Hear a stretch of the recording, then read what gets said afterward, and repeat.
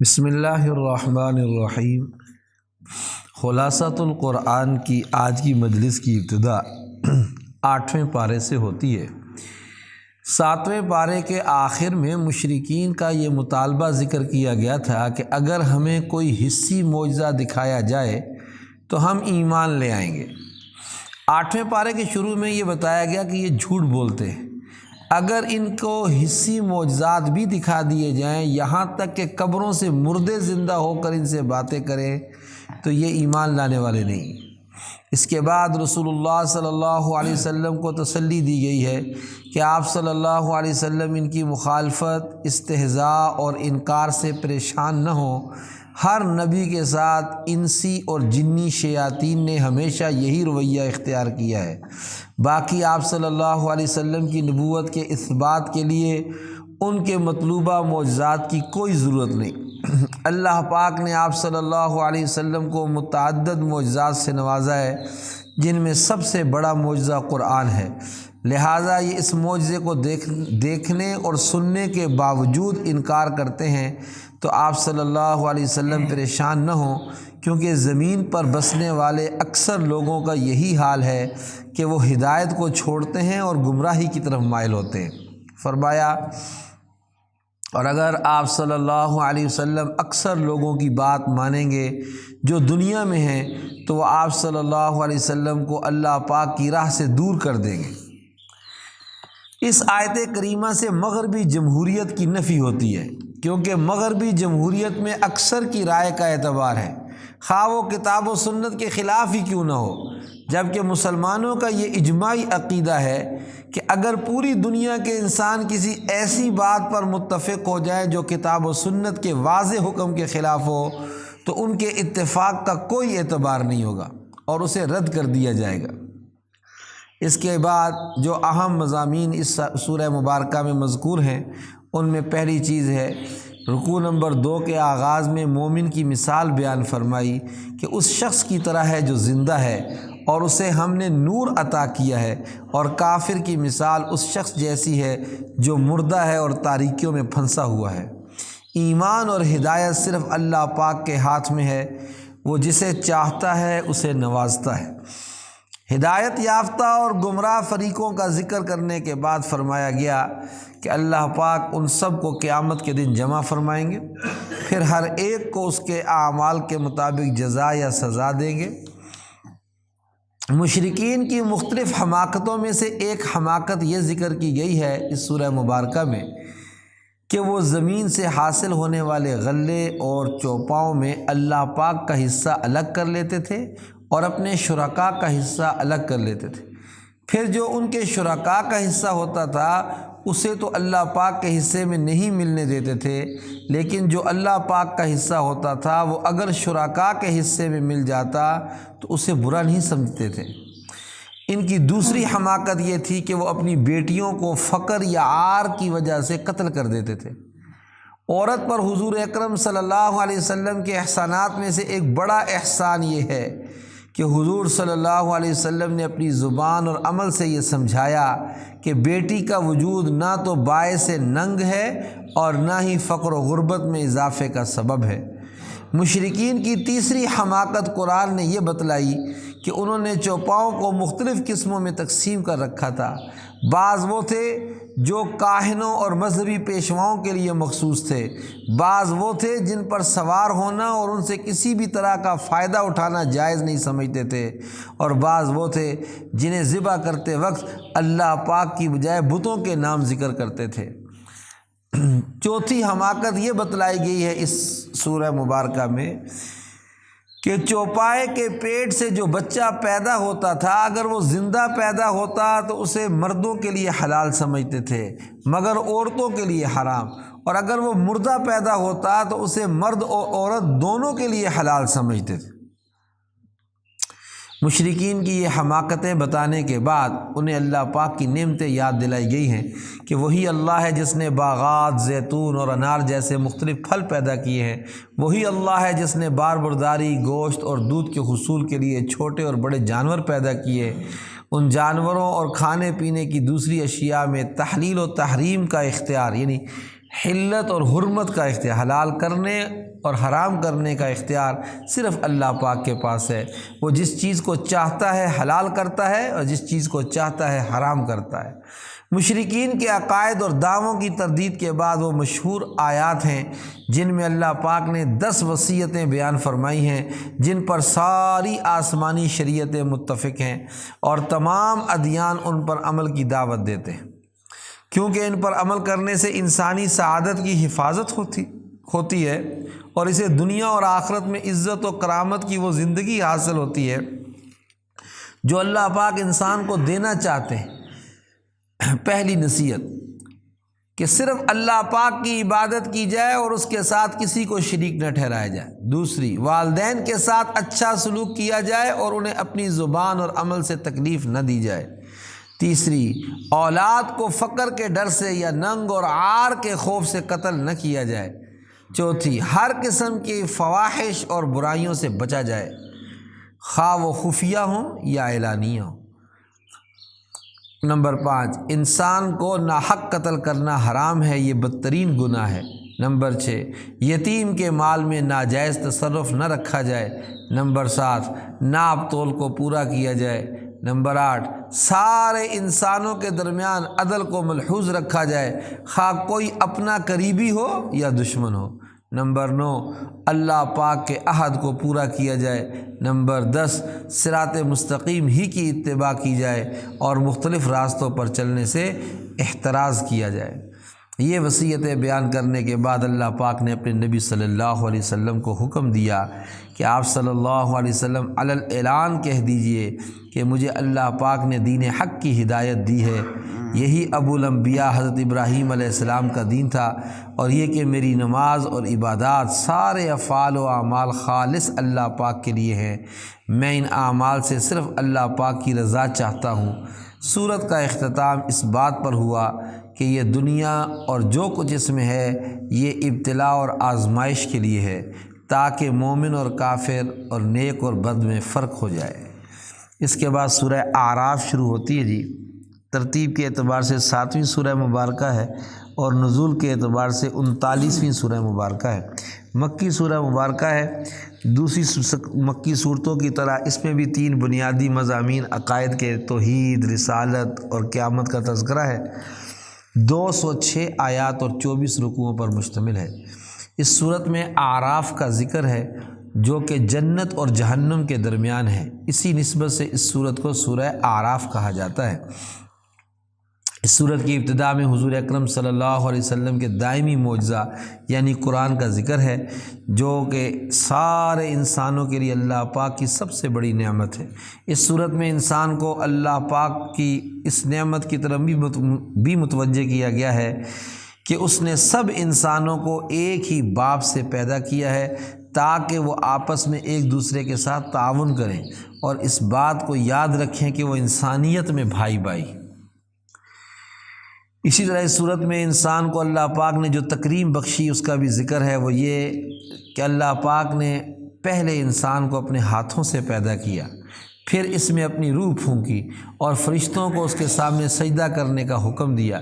اس قصہ کے ضمن میں شیطان کے مکر و فریب سے بچنے کی بھی تلقین کی گئی ہے، کیونکہ وہ ایسا مکار دشمن ہے جو انسان کی راہ کھوٹی کرنے کے لیے ہر راستے پر بیٹھا ہوا ہے، اور انسان کے ساتھ ٹکراؤ کی جو ابتدا ابلیس کے انکار سجدہ سے ہوئی تھی، اس کا سلسلہ قیامت تک جاری رہے گا، اور خیر اور شر اور حق و باطل کے درمیان کشمکش کسی نہ کسی انداز میں باقی رہے گی۔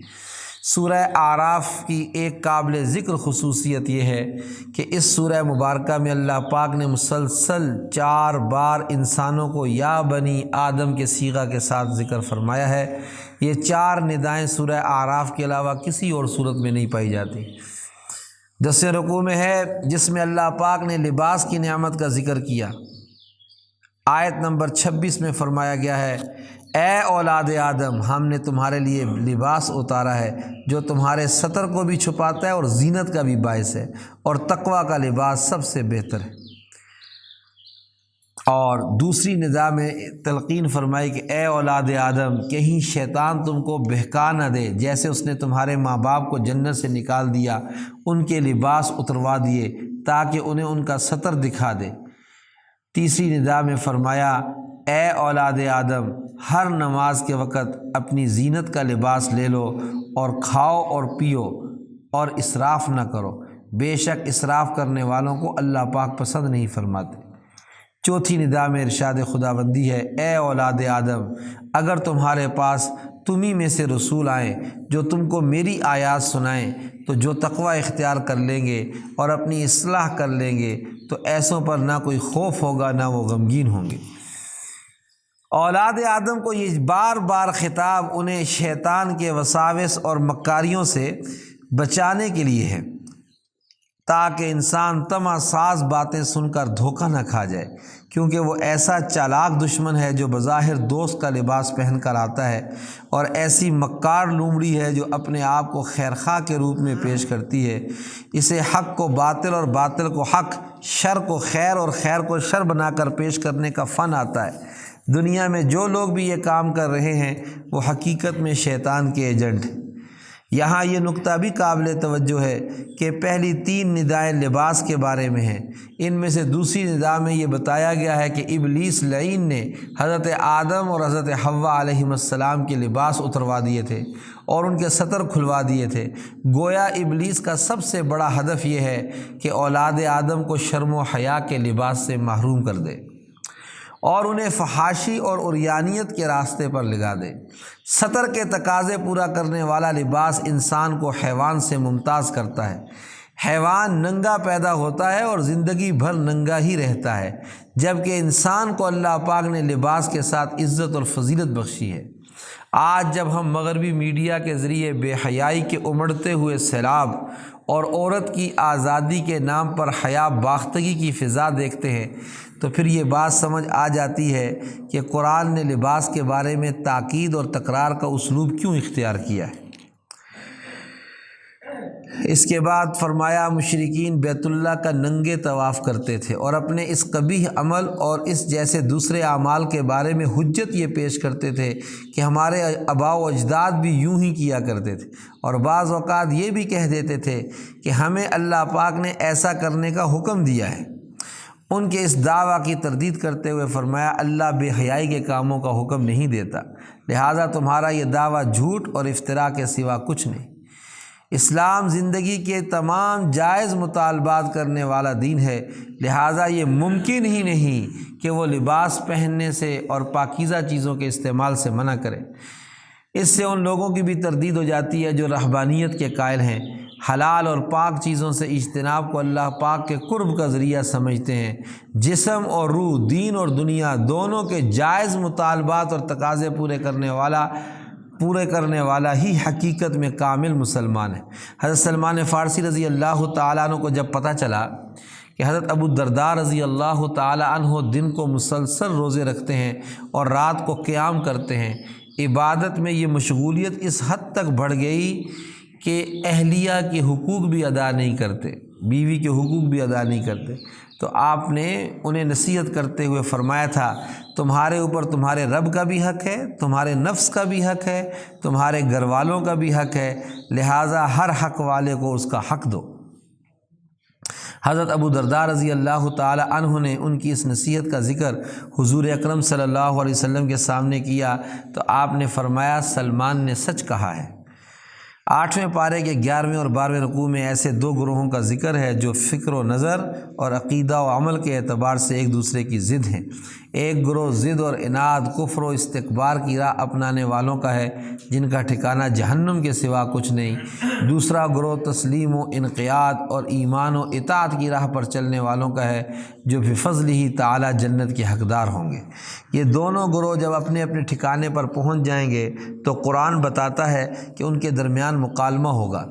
اہل جنت دوزخیوں سے سوال کریں گے کیا تمہیں آج اللہ پاک کے وعدوں کے سچ ہونے کا یقین آیا یا نہیں؟ وہ جواب میں اقرار کریں گے ہاں ہم نے وعدوں کو سچا اور برحق پایا۔ دوزخی جب جہنم کی ہولناک گرمی اور بھوک پیاس سے پریشان ہو جائیں گے تو جنتیوں کے سامنے دستے سوال دراز کریں گے کہ ہمیں کچھ کھانے اور پینے کو دو، لیکن ظاہر ہے کہ ان کا یہ سوال رائیگاں جائے گا۔ یہ مکالمہ اس پارے کے 12ویں اور 13ویں رکوع میں مذکور ہے۔ ایک تیسرا گروہ بھی ہے جسے قرآن نے اصحاب اعراف کا نام دیا ہے۔ یہ وہ لوگ ہوں گے جو مومن تھے لیکن اعمال صالحہ میں دوسرے جنتیوں سے پیچھے رہ گئے۔ انہیں نہ تو جنت میں داخل کیا جائے گا اور نہ ہی دوزخ میں، بلکہ ان کا فیصلہ مؤخر کر دیا جائے گا، لیکن بالآخر اللہ پاک ان کو بھی جنت میں داخل ہونے کی اجازت مرحمت فرمائیں گے۔ ان اصحاب اعراف اور دوزخیوں کے درمیان بھی مکالمہ ہوگا جو کہ 13ویں رکوع میں 8ویں سپارے کے مذکور ہے۔ تہ بتہ 7 آسمان جن میں سے ہر ایک دوسرے کے مقابلے میں ایسے ہے جیسے قبہ ہوتا ہے،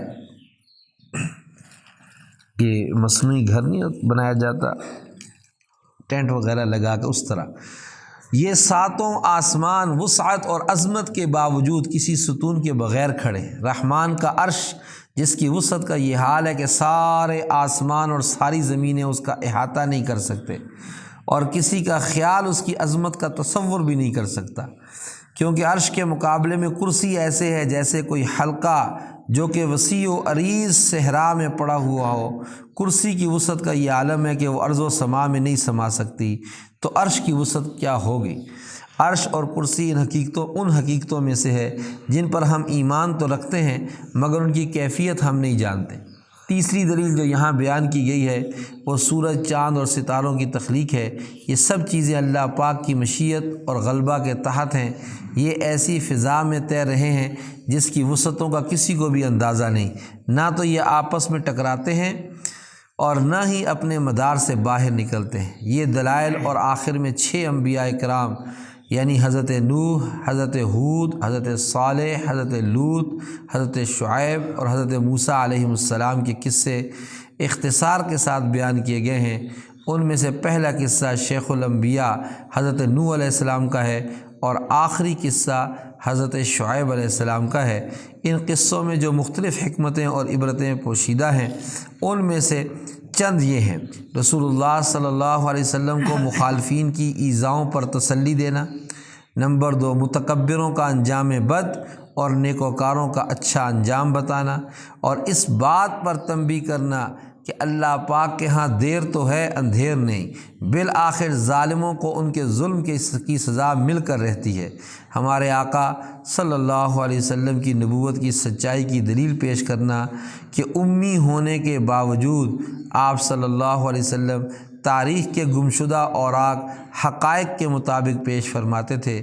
نمبر 5 انسانوں کے لیے عبرت اور نصیحت کا سامان پیش کرنا، یہ ان 6 واقعات کے اندر مذکور ہے۔ حق تعالی شانہ ان واقعات سے عبر حاصل کرنے کی توفیق عطا فرمائے۔